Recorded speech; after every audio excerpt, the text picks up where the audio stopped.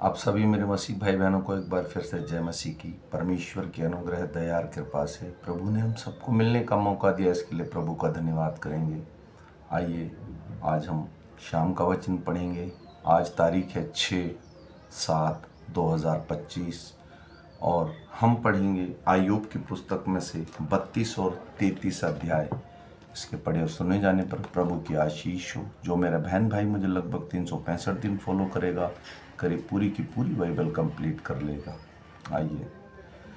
तब उन तीनों पुरुषों ने यह कहकर कि आयूब अपनी दृष्टि में निर्दोष है, उसको उत्तर देना छोड़ दिया।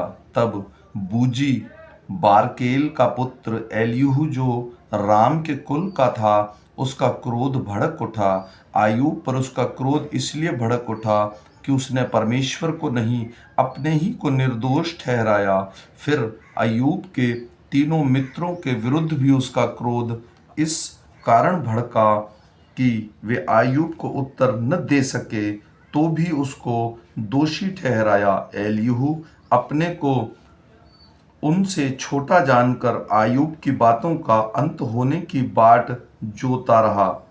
परंतु जब एलियू ने देखा कि ये तीनों पुरुष कुछ उत्तर नहीं देते, तब उसका क्रोध भड़क उठा। तब बूजी बारकेल का पुत्र एलीहू कहने लगा, मैं तो जवान हूँ और तुम बहुत बूढ़े हो, इस कारण मैं रुका रहा और अपना विचार तुमको बताने से डरता था। मैं सोचता था जो आयु में बड़े हैं वे ही बातें करें, और जो बहुत वर्षों के हैं वे ही बुद्धि से खाएं। परंतु मनुष्यों में आत्मा तो है ही, सर्वशक्तिमान की दी हुई सांस जो उन्होंने समझने की शक्ति देती है। जो बुद्धिमान है वे बड़ी आयु के लोग ही नहीं, और न्याय के समझाने वाले बूढ़े ही नहीं होते। इसलिए मैं कहता हूँ, मेरी भी सुनो, मैं भी अपना विचार बताऊंगा। मैं तो अपनी बातें सुनाने को ठहरा रहा, मैं तुम्हारे प्राण सुनने के लिए ठहरा रहा। जबकि तुम कहने के लिए शब्द ढूंढते रहे, मैं चित्त लगाकर तुम्हारी सुनता रहा।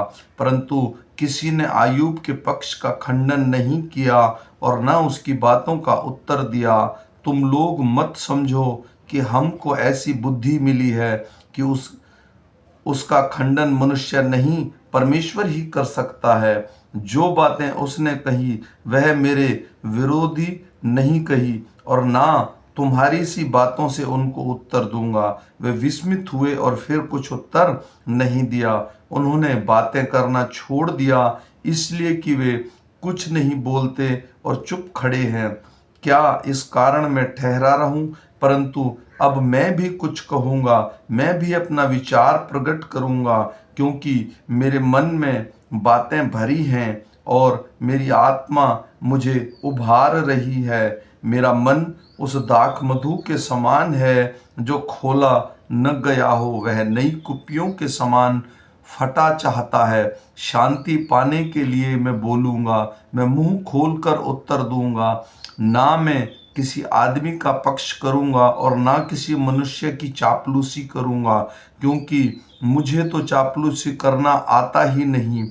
नहीं तो मेरा सृजनहार क्षण भर में मुझे उठा लेता।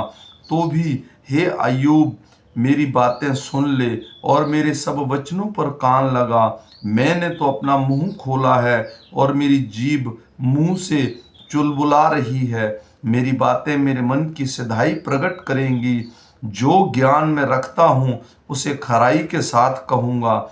मुझे परमेश्वर की आत्मा ने बनाया है और सर्वशक्तिमान की सांस से मुझे जीवन मिलता है। यदि तू मुझे उत्तर दे सके तो दे, मेरे सामने अपनी बात क्रम से रचकर खड़ा हो जा। देख, मैं परमेश्वर के सम्मुख तेरे तुल्य हूँ, मैं भी मिट्टी का बनाया हुआ हूँ। सुन, मेरे डर के मारे तुझे घबराने की आवश्यकता नहीं है और ना तू मेरे बोझ से दबेगा। निस्संदेह तेरी बात मेरे कानों में पड़ी है और मैंने तेरे वचन सुने हैं। मैं तो पवित्र और निरपराध और निष्कलंक हूँ और मुझ में अधर्म नहीं है। देख, वह मुझसे झगड़ने के दाव ढूंढता है और मुझे अपना शत्रु समझता है। वह मेरे दोनों पाँवों को काठ में ठोक देता है और मेरी चाल की निगरानी करता है। देख, मैं तुझे उत्तर देता हूँ, इस बात में तू सच्चा नहीं, क्योंकि परमेश्वर मनुष्यों से बड़ा है। तू उससे क्यों झगड़ता है कि वह अपनी किसी बात का लेखा नहीं देता? क्योंकि परमेश्वर तो एक क्या वरन 2 बार बोलता है, परंतु लोग उस पर चित्त नहीं लगाते। स्वप्न में या रात को दिए हुए दर्शन में जब मनुष्य घोर निंद्रा में पड़े रहते हैं या बिछोने पर सोते समय, तब वह मनुष्यों के कान खोलता है और उसकी शिक्षा पर मुहर लगाता है, जिससे वह मनुष्य को उसके संकल्प से रोके और गर्व को मनुष्यों से दूर करे। वह उनको उसके प्राण को गड्ढे में से बचाता है और उसके जीवन को तलवार की मार से बचाता है। मनुष्य की ताड़ना भी होती है कि वह अपने बिछोने पर पड़ा पड़ा तड़फता है और उसकी हड्डी हड्डी में लगातार झगड़ा होता है, यहाँ तक कि उसका प्राण रोटी से और उसका मन स्वादिष्ट भोजन से घृणा करने लगता है। उसका मांस ऐसा सूख जाता है कि दिखाई नहीं देता और उसकी हड्डियां जो पहले दिखाई नहीं देती थी निकल आती हैं। तब वह कब्र से निकट पहुंचता है, कब्र के निकट पहुंचता है और उसका जीवन नष्ट करने वालों के वश में हो जाता है। यदि उसके लिए कोई बिचवाई स्वर्गदूत मिले जो 1000 में से एक हो, जो भावी कहे और जो मनुष्य को बताए कि उसके लिए क्या ठीक है, तो वह उस पर अनुग्रह करके कहता है, उसे गड्ढे में जाने से बचा ले, मुझे छुड़ौती का दाम मिल गया है। उस मनुष्य की देह बालक की सी देह अधिक स्वस्थ और कोमल हो जाए, उसकी जवानी के दिन फिर लौट आए, तब मनुष्य परमेश्वर से विनती करेगा और वह उससे प्रसन्न होगा। वह आनंद से परमेश्वर का दर्शन करेगा और वह मनुष्य को ज्यों का त्यों धर्मी कर देगा। वह मनुष्यों के सामने गिने हुए कहने लगता है, मैंने पाप किया और सच्चाई से उलट पुलट कर दिया, परंतु उसका बदला मुझे नहीं दिया गया। उसने मेरे प्राण को कब्र में पड़ने से बचाया है, मेरा जीवन उज्याले को देखेगा। देख, ऐसे ऐसे सब काम परमेश्वर मनुष्य के साथ 2 बार वरन क्या 3 बार भी करता है, जिससे उसकी कब्र से बचाए और वह जीवन लोक के उज्याले का प्रकाश पाए। हे आयूब, कान लगाकर मेरी सुन, चुप रह और मैं बोलूंगा। यदि तुझे कुछ कहना हो तो मुझे उत्तर दे, बोल, क्योंकि मैं तुझे निर्दोष ठहराना चाहता हूं। यदि नहीं तो तू मेरी सुन, चुप रह, मैं तुझे बुद्धि की बात सिखाऊंगा। आमीन। मेरे भाई और बहनों, ये छोटा सा वचन, हम फिर मिलेंगे सुबह के वचन के साथ।